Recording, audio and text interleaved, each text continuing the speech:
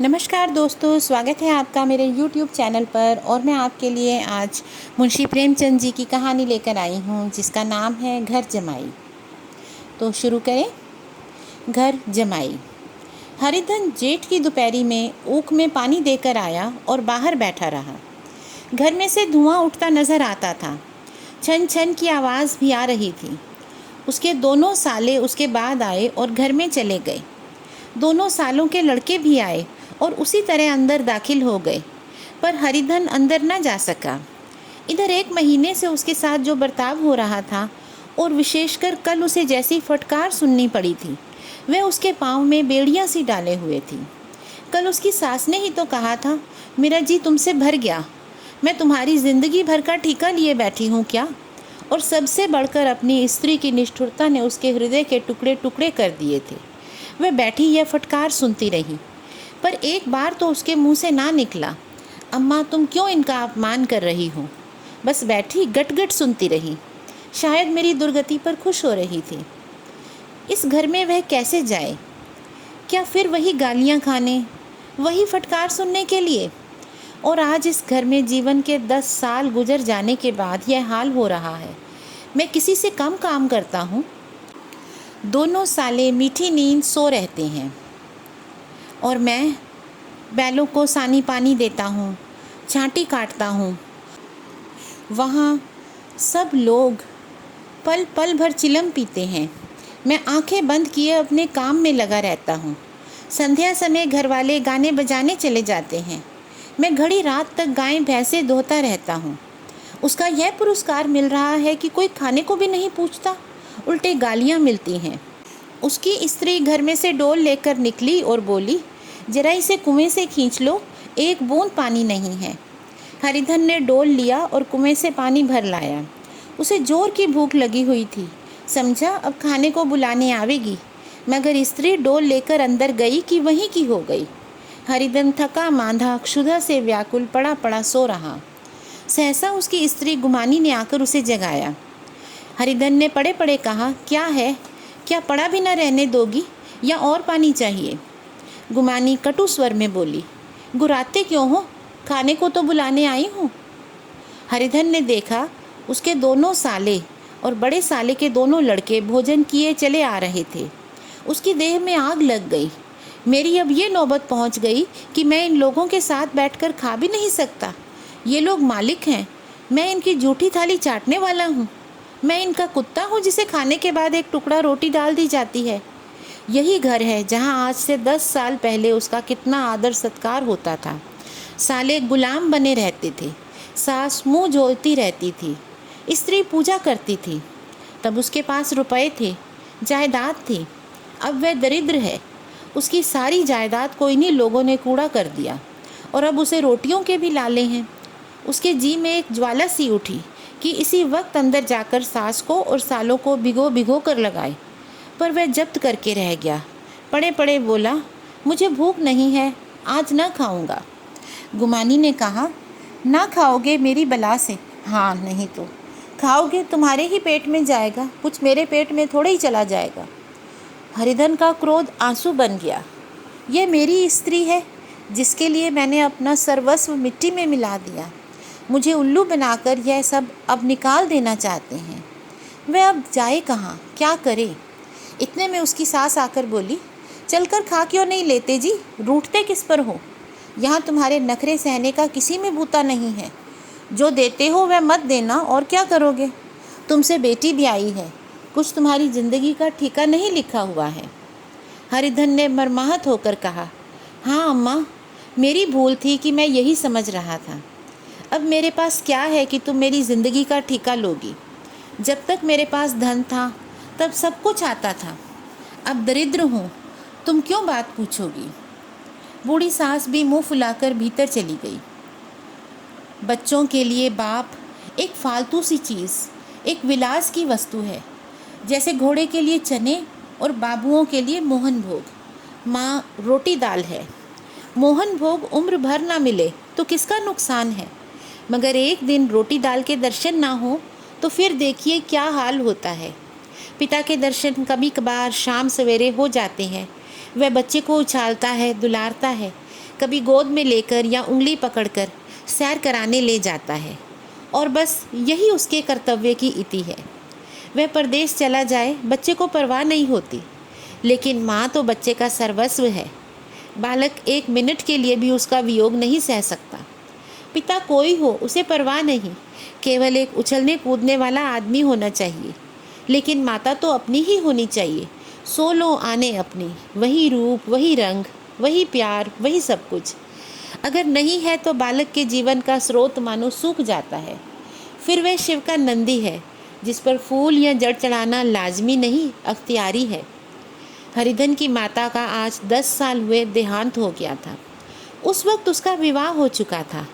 वह 16 साल का कुमार था, पर माँ के मरते ही उसे मालूम हुआ वह कितना निस्सहाय है, जैसे उस पर उसका कोई अधिकार ही ना रहा हो। बहनों के विवाह हो चुके थे, भाई कोई दूसरा ना था। बेचारा अकेले घर में जाते हुए भी डरता था। माँ के लिए रोता था, पर माँ की परछाई से डरता था। जिस कोठरी में उसने देह त्याग किया था, उधर वह आंखें तक ना उठाता। घर में एक बुआ थी, वह हरिधन का बड़ा दुलार करती। हरिधन को अब दूध ज़्यादा मिलता, काम भी कम करना पड़ता। बुआ बार बार पूछती, बेटा कुछ खाओगे? बाप भी अब उससे ज़्यादा प्यार करता। उसके लिए एक गाय अलग से मंगवा दी। कभी कभी उसे कुछ पैसे दे देता, जैसे चाहे खर्च करो। मगर इन मरहमों से वह घाव न पूरा होता था, जिससे उसकी आत्मा आहत हो चुकी थी। वह दुलार और प्यार उसे बार बार माँ की याद दिलाता। माँ की घुड़कियों में जो मज़ा था, वह क्या इस दुलार में था? माँ से मांग कर, लड़कर, ठुनक कर, रूठ कर लेने में जो आनंद था, वह क्या इस भिक्षादान में था? पहले वह स्वस्थ था, मांग कर खाता, लड़ लड़ कर खाता। अब वह बीमार था, उसे अच्छे से अच्छे पदार्थ दिए जाते, पर भूख न थी। साल भर तक वह इस दशा में रहा। फिर दुनिया बदल गई। एक नई स्त्री, जिसे लोग उसकी माता कहते थे, उसके घर में आई और देखते ही देखते काली घटा की तरह उसके संकुचित भूमंडल पर छा गई। सारी हरियाली, सारे प्रकाश पर अंधकार का पर्दा पड़ गया। हरिहर ने इस नकली माँ से बात तक ना की, कभी उसके पास गया तक नहीं। एक दिन घर से निकला और ससुराल चला आया। बाप ने बार बार बुलाया, पर उनके जीते जी वह उस घर में ना गया। जिस दिन उसके पिता के देहांत की सूचना मिली, उसे एक तरह का ईर्ष्यामय हर्ष हुआ। उसकी आंखों से आंसू की एक बूंद ना आई। इस नए संसार में आकर हरिधन को एक बार फिर मातृ स्नेह का आनंद मिला। उसकी सास ने ऋषि वरदान की भांति उसके शून्य जीवन को विभूतियों से परिपूर्ण कर दिया। मरुभूमि में हरियाली उत्पन्न हो गई। सालियों की चुहल में, सास के स्नेह में, सालों के वाक विलास में और स्त्री के प्रेम में उसके जीवन की सारी आकांक्षाएं पूरी हो गई। सास कहती, बेटा तुम इस घर को अपना ही समझो, तुम ही मेरी आंखों के तारे हो। वह उससे अपने लड़कों की, बहुओं की शिकायत करती। वह दिल में समझता था, सास जी मुझे अपने बेटों से भी ज़्यादा चाहती हैं। बाप के मरते ही वह घर गया और अपने हिस्से की जायदाद को कूड़ा करके रुपयों की थैली लिए आ गया। अब उसका दूना आदर सत्कार होने लगा। उसने अपनी सारी संपत्ति सास के चरणों पर अर्पण करके अपने जीवन को सार्थक कर लिया।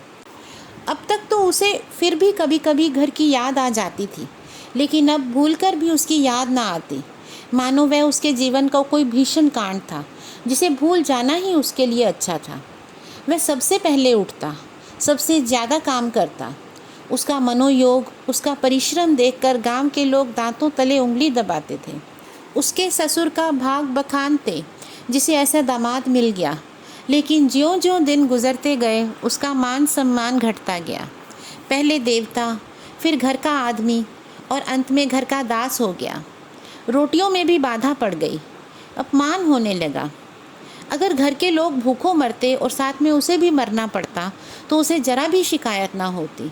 लेकिन जब देखता कि और लोग तो मूँछों पर ताव दे रहे हैं, केवल मैं ही दूध की मक्खी बना हुआ हूँ, तो उसके अंतःस्थल से एक लंबी ठंडी आह निकल जाती।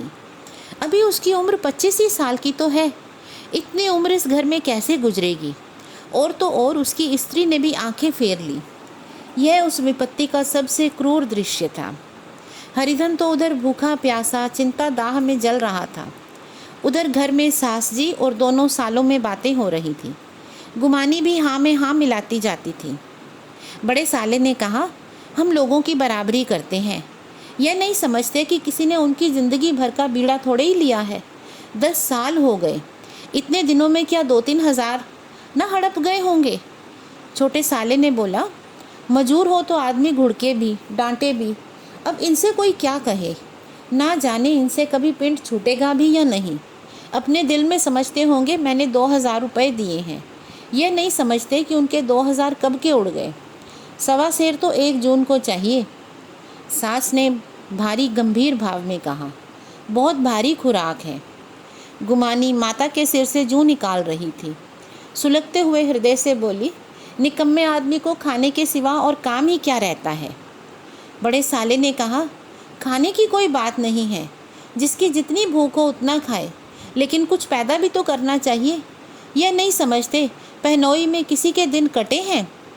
छोटे ने कहा, मैं तो एक दिन कह दूंगा, अब अपनी राह लीजिए, आपका कर्जा नहीं खाया है। गुमानी घर वालों की ऐसी ऐसी बातें सुनकर अपने पति से द्वेष करने लगी थी। अगर वह बाहर से 4 पैसे लाता तो इस घर में उसका कितना मान सम्मान होता, वह भी रानी बनकर रहती। न जाने क्यों कहीं बाहर जाकर कमाते उसकी नानी मरती है। गुमानी की मनोवृत्तियाँ अभी तक उसके बालपन की सी थीं।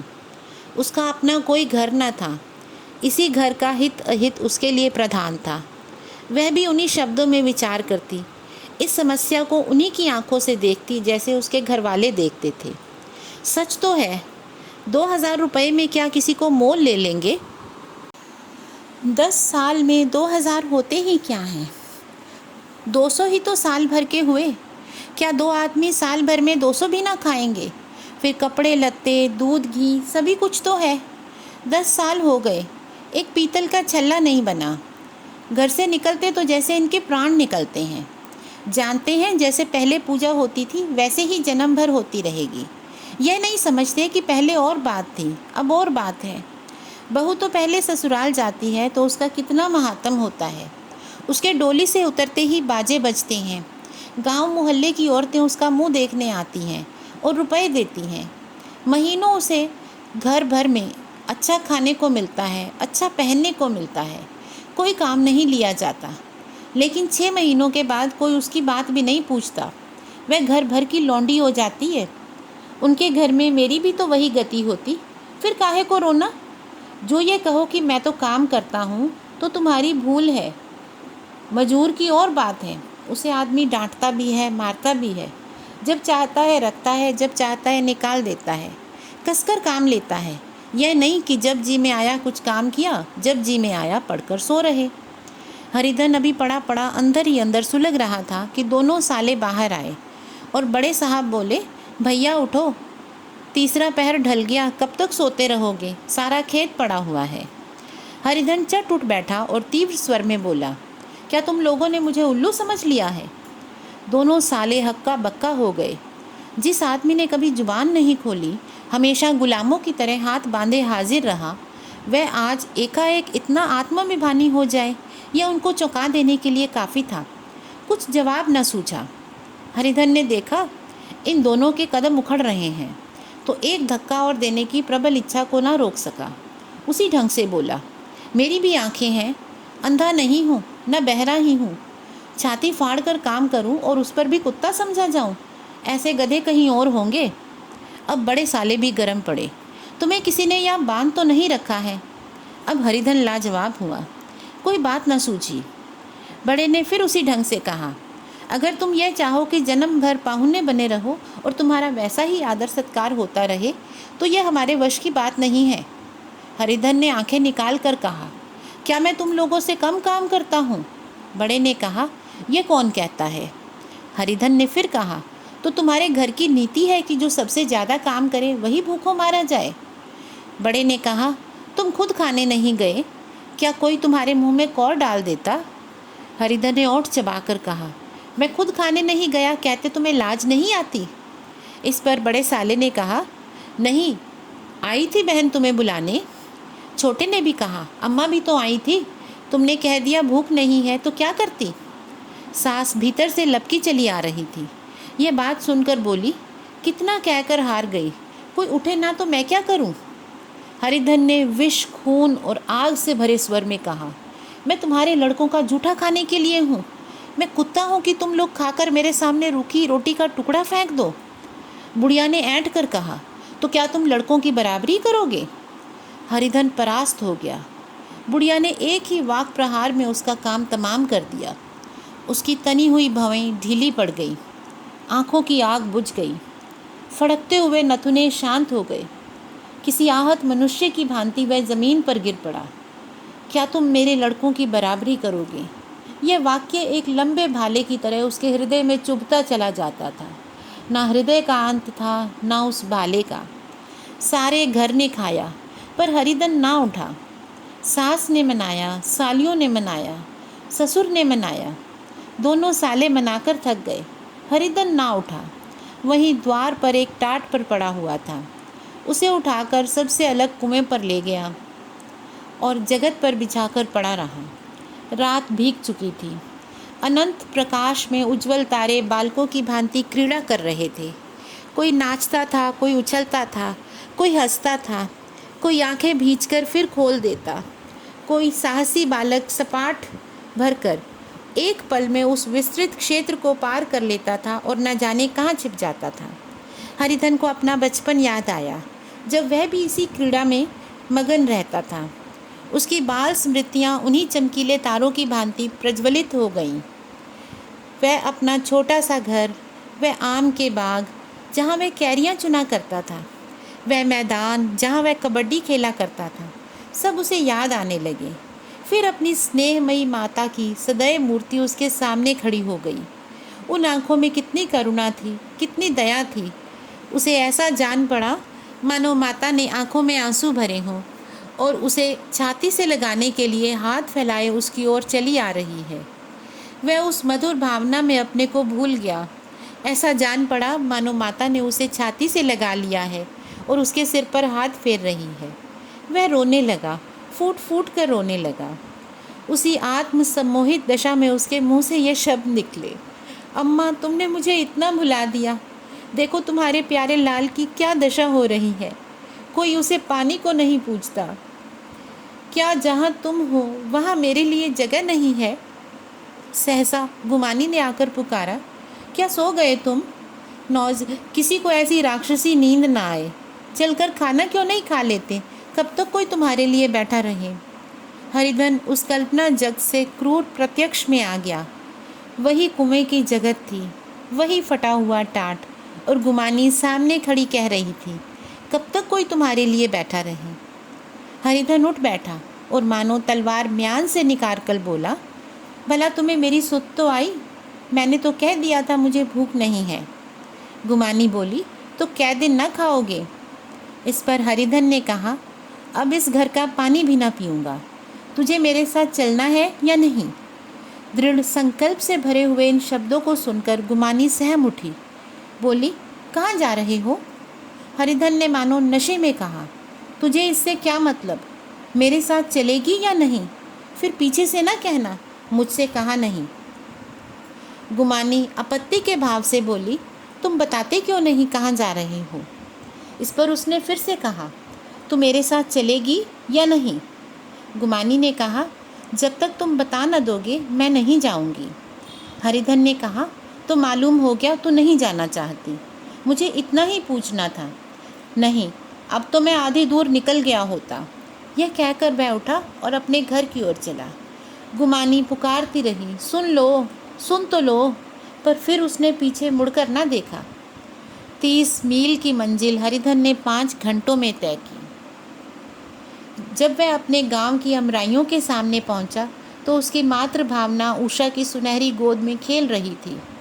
उन वृक्षों को देखकर उसका विह्वल हृदय नाचने लगा।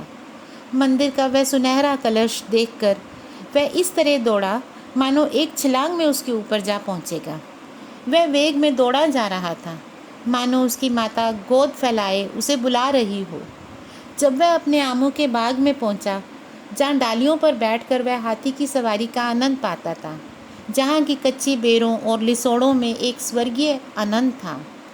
तो वह बैठ गया और भूमि पर सिर झुकाकर रोने लगा, मानो अपनी माता को अपनी विपत्ति कथा सुना रहा हो।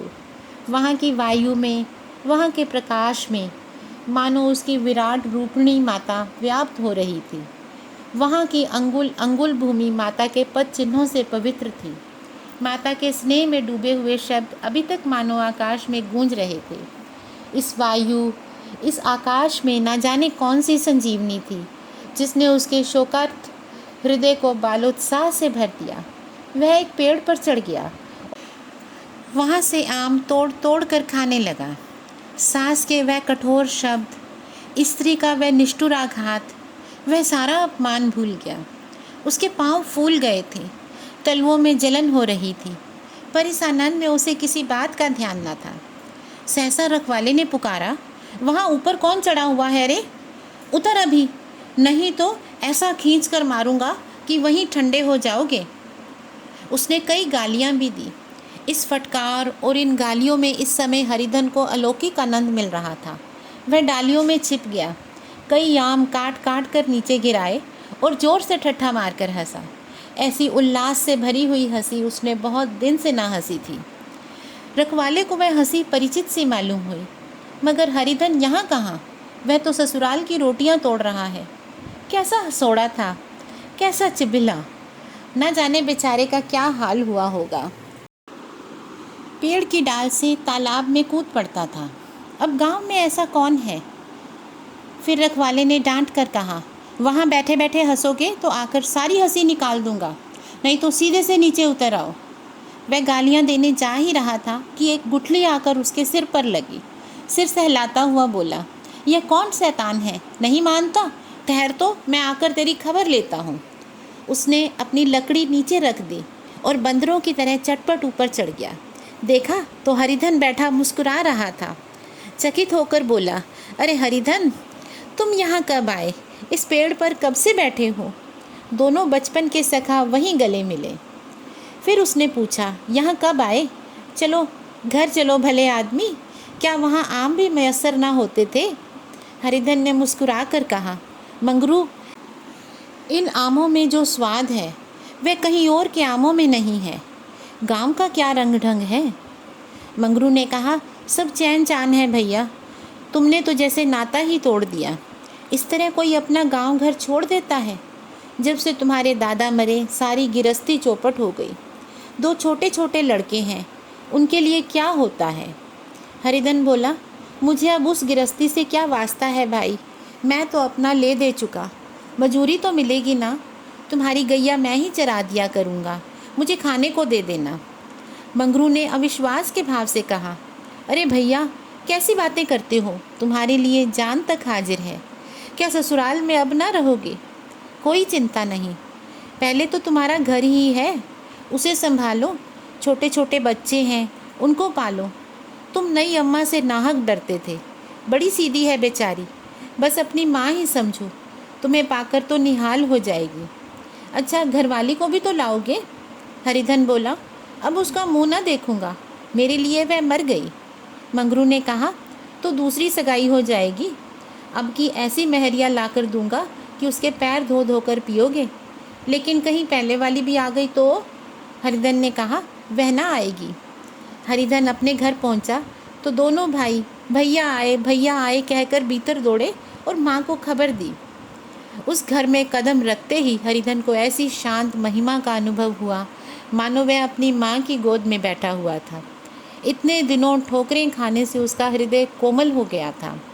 जहाँ पहले अभिमान था, आग्रह था, हेकड़ी थी, वहाँ अब निराशा थी, पराजय थी और याचना भी। बीमारी का जोर कम हो चला था, अब उस पर मामूली दवा भी असर कर सकती थी। किले की दीवारें छिद चुकी थी, अब उसमें घुस जाना असह्य न था। वही घर जिससे एक दिन विरक्त होकर गया था, अब गोद फैलाए उसे आश्रय देने को तैयार था। हरिधन का निर्विलंबन मन यह आश्रय पाकर मानो तृप्त हो गया। शाम को विमाता ने कहा, बेटा तुम घर आ गए हमारे धन बाग, अब इन बच्चों को पालो। माँ का नाता ना सही, बाप का नाता तो है ही। मुझे एक रोटी दे देना, खाकर एक कोने में पड़ी रहूँगी। तुम्हारी अम्मा से मेरी बहन का नाता है, उस नाते से भी तो तुम मेरे लड़के होते हो। हरिधन की मात्र विह्वल आँखों को विमाता के रूप में अपनी माता के दर्शन हुए। घर के एक एक कोने में मात्र स्मृतियों की छटा चांदनी की तरह छिटकी हुई थी। विमाता का प्रौढ़ मुखमंडल भी उसी छटा से रंजित था। दूसरे दिन हरिधन फिर कंधे पर हल रखकर खेत को चला। उसके मुख पर उल्लास था, आंखों में गर्व। अब वह किसी का आश्रित नहीं था, आश्रयदाता था। किसी के द्वार का भिक्षुक नहीं, घर का रक्षक था। एक दिन उसने सुना गुमानी ने दूसरा घर कर लिया। माँ से बोला, तुमने सुना काकी, गुमानी ने दूसरा घर कर लिया। काकी ने कहा, घर क्या कर लेगी, ठट्ठा है। बिरादरी में ऐसा अंधेर, पंचायत नहीं अदालत तो है। हरिधन ने कहा, नहीं काकी, बहुत अच्छा हुआ। ला महावीर जी को लड्डू चढ़ाऊं। मैं तो डर रहा था कहीं मेरे गले ना आ पड़े। भगवान ने मेरी सुन ली। मैं वहाँ से यही ठान कर चला था कि अब उसका मुंह न देखूंगा। तो इस तरह से इस कहानी का अंत होता है। घर जमाई की अपने ससुराल में जो स्थिति होती है उसका बहुत ही अच्छी तरह से चित्रण किया गया है। शुरू में तो सब आदर सम्मान से रखते हैं, मेहमानों की भांति, लेकिन कोई कितनी देर तक मेहमान बना रह सकता है। अंत में सबको घर की तरह ही रहना होता है। और फिर घर जमाई, उसे तो घर के लड़कों से भी नीचे रखा जा रहा था। इसमें हरिधन को अपमान महसूस होता है, उसे अपने घर की याद आने लगती है। और जिस घर को एक दिन वह छोड़कर आ गया था, वहीं आकर उसके मन को शांति मिलती है। दोस्तों, कई बार हम ये देखते हैं कि हम अगर वाद संवाद नहीं करते हैं तो उससे कई तरह की परेशानियां खड़ी हो जाती हैं। जैसा कि इस कहानी में भी हुआ था। जब हरिधन की माता की मृत्यु हुई तो वो बहुत अकेलापन महसूस कर रहा था। और जब उसने अपनी माता को देखा तो उसके मन में यह विचार आया कि मेरी माँ की जगह शायद कोई ले नहीं सकता। वह अपनी माँ को ही रोता था और इसी वजह से वह उस घर को छोड़कर चला आया। और यही कारण था कि वह अपने पिताजी का भी मरते दम तक मुंह न देख सका। लेकिन बाद में जब उसे सच्चाई का भान हुआ कि इंसान का सम्मान उसके अपने घर से होता है, तो वह अपने घर वापस आ गया। यहाँ पर हो सकता है कि कुछ लोग हरिधन की पत्नी को दोष दें कि वह उसके साथ नहीं आई या वह भी उसके साथ बुरा व्यवहार करती थी। इसमें भी कुछ हद तक सच्चाई तो है, लेकिन स्त्री भी अपने पति के घर में ही सम्मानित होती है। उस घर में उसको भी अपमान का अनुभव होता होगा, क्योंकि जहाँ उसके पति का सम्मान नहीं हो रहा, वहाँ पर उसे भी कोई सम्मान नहीं मिलता होगा। वह भी अपनी भाभीयों के सामने नीचा देखती होगी। उसे भी घर के कामों में जोत दिया जाता होगा और उसका क्रोध अपने पति पर ही निकलता है। हाँ, शायद उससे एक गलती हो गई। जब उसका पति उसे अपने साथ चलने को कह रहा था तो उसे सब कुछ छोड़कर अपने पति के साथ चलना चाहिए था। खैर, जिस भी तरह कहानी लिखी गई, कहानी में हमें कई तरह की शिक्षाएं मिलती हैं। इसी तरह की और कहानियों को सुनने के लिए आप मेरे चैनल को प्लीज़ लाइक, शेयर और सब्सक्राइब करें। धन्यवाद।